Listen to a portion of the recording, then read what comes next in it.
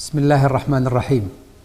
تمشيا مع نهج وزارة الصحة لإرساء مبدأ الشفافية والتواصل مع المواطنين الكرام، أود أن أوضح أن الوزارة لاحظت زيادة محدودة بعدد حالات فيروس كورونا ميرس خلال الأسابيع الماضية، مع ظهور 11 حالة بمحافظة جدة، إلا أن عدد الحالات بشكل عام لا يزال منخفضا ولا يمثل وباء ولله الحمد، وفق معايير منظمة الصحة العالمية واللجان العلمية.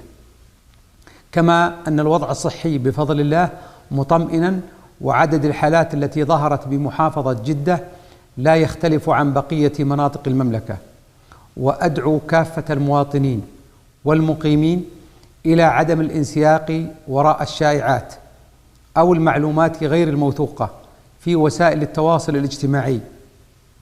كما أدعو وسائل الإعلام المختلفة إلى أخذ المعلومة من المصادر الرسمية المعتمدة، ممثلة بوكالة الوزارة للصحة العامة أو موقع الوزارة أو المتحدث الرسمي للوزارة.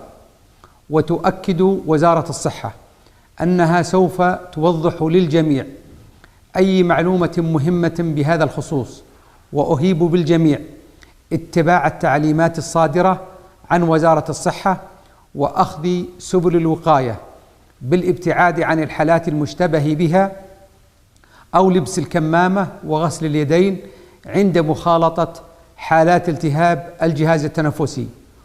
وتقوم الوزارة بتقديم العناية المتعارف عليها في مثل هذه الحالات، كما أنها في تواصل وتنسيق مستمر مع منظمة الصحة العالمية والهيئات العلمية الوطنية والعالمية لكل مستجد.